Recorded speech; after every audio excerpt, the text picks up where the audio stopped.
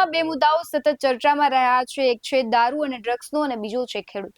રાજકીય પાર્ટીઓ છે આ બંને મુદ્દાઓ પર રાજકારણ કરી રહી છે. છેલ્લા ઘણા દિવસથી તમે પણ જોઈ રહ્યા છો કે જે પ્રમાણે જિગ્નેશ મેવાણી અને હર્ષ સંઘવી એકબીજાને આડકતરી રીતે એકબીજા પર પ્રહારો કરી રહ્યા છે અને આ બધાની વચ્ચે ગઈકાલે રાહુલ ગાંધીએ ટ્વીટ કરતા કહ્યું હતું કે ભાજપ અને ખાસ કરીને ગુજરાતમાં જે સ્થિતિ ઊભી થઈ છે તેના માટે જવાબદાર કોણ.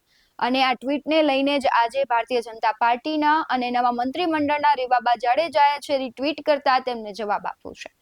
નમસ્કાર, BS9 ટીવી ન્યૂઝમાં આપની સાથે હું ભગવતી વિશાવડિયા.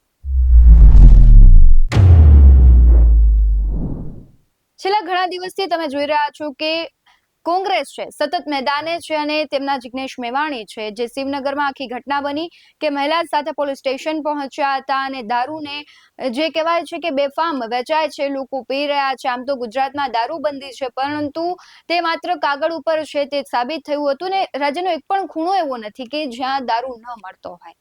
અને સતત હવે કોંગ્રેસ છે જેના આક્રોશ રેલી કાઢી રહી છે.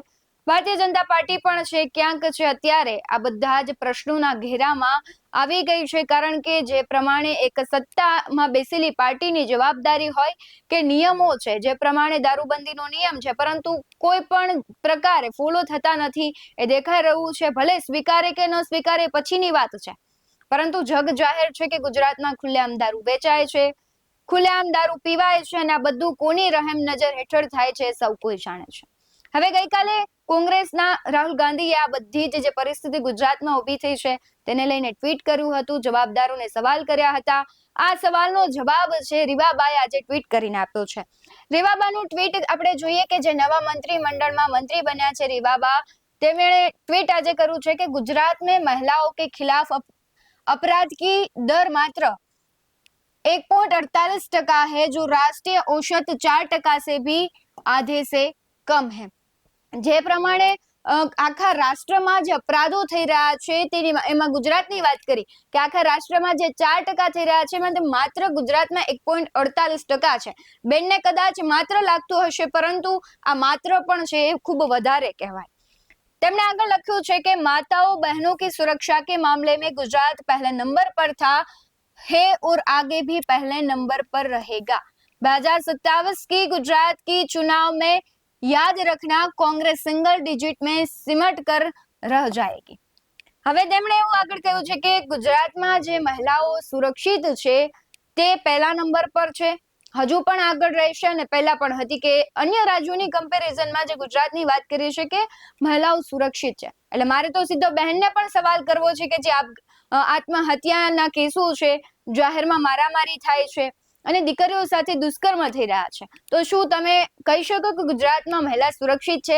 હવે ઘરમાંથી દીકરીઓ બહાર નીકળે છે ને તો એક ખોફ દેખાય છે કે અમે સુરક્ષિત નથી. એટલે કદાચ રીવાબા છે તેમણે ટ્વીટ તો કર્યું છે પરંતુ વાસ્તવિકતા કંઈક અલગ દેખાઈ રહી છે.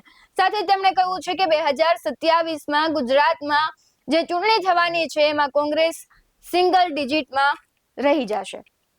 કોંગ્રેસ પર તેણે પ્રહારો તો કર્યા છે પરંતુ સવાલ એ થઈ રહ્યો છે કે આટલા બધા જે ઘટનાઓ બની રાજ્યમાં અલગ અલગ જગ્યાએથી જે વિડીયો સામે આવ્યા કે ખુલ્લેઆમ દારૂનું વેચાણ થઈ રહ્યું છે, ત્યારે શું તમને સવાલ નથી થતો કે જે આ પરિસ્થિતિ સર્જાય છે, જે વિડીયો આવી રહ્યા છે તો આપણે એના પર કામ કરીએ? ભાજપ, કોંગ્રેસ, આમ આદમી પાર્ટી એકબીજા પર આકરા પ્રહારો કરતા પહેલા એના કરતા લોક સુરક્ષાની વાત કરીએ, જવાબદારો છે તેને સવાલ કરીએ અને જો તે નથી માની રહ્યા તો એક્શન લઈએ.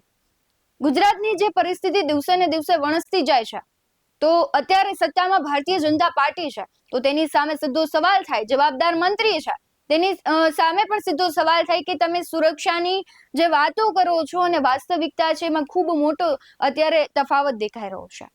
હજુ કોંગ્રેસ છે એ આક્રમકતા સાથે લડવાનો પ્રયત્ન કરી રહી છે, જિગ્નેશ મેવાણી છે અવાજ ઉઠાવી રહ્યા છે તો તેની સામે પણ સવાલો થઈ રહ્યા છે.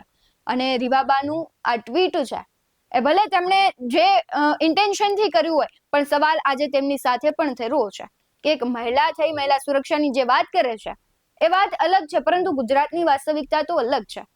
આ બધા જ જે સવાલો થઈ રહ્યા છે, એકબીજા પર આક્ષેપ પ્રત્યાક્ષેપ થઈ રહ્યા છે, એના પરથી મહત્વનો સવાલ એ છે કે ગુજરાતની જે પરિસ્થિતિ વણસી છે તેના માટે જવાબદાર કોણ? એક મોટો પ્રશ્નાર્થ છે અને કદાચ આનો જવાબ ભારતીય જનતા પાર્ટી અને સત્તામાં બેસેલા લોકો કદાચ આપશે કે કેમ એ પણ એક મોટો સવાલ છે. તમને શું લાગી રહ્યું છે રીવાબાના ટ્વીટને લઈને ને ગુજરાતની જે પરિસ્થિતિ છે તેને લઈને? કમેન્ટ બોક્સમાં જરૂરથી જણાવજો. બાકી આવા જ વધુ અહેવાલો સાથે ફરી મળતા રહીશું. તમે અમારી યુટ્યુબ ચેનલને સબસ્ક્રાઇબ કરવાનું, અમને ફેસબુક અને ઇન્સ્ટાગ્રામ પર ફોલો કરવાનું ભૂલશો નહીં. બાકી અમને અપડેટ્સ મેળવવા માટે આપ જોતા રહો BS19 ન્યૂઝ. નમસ્કાર.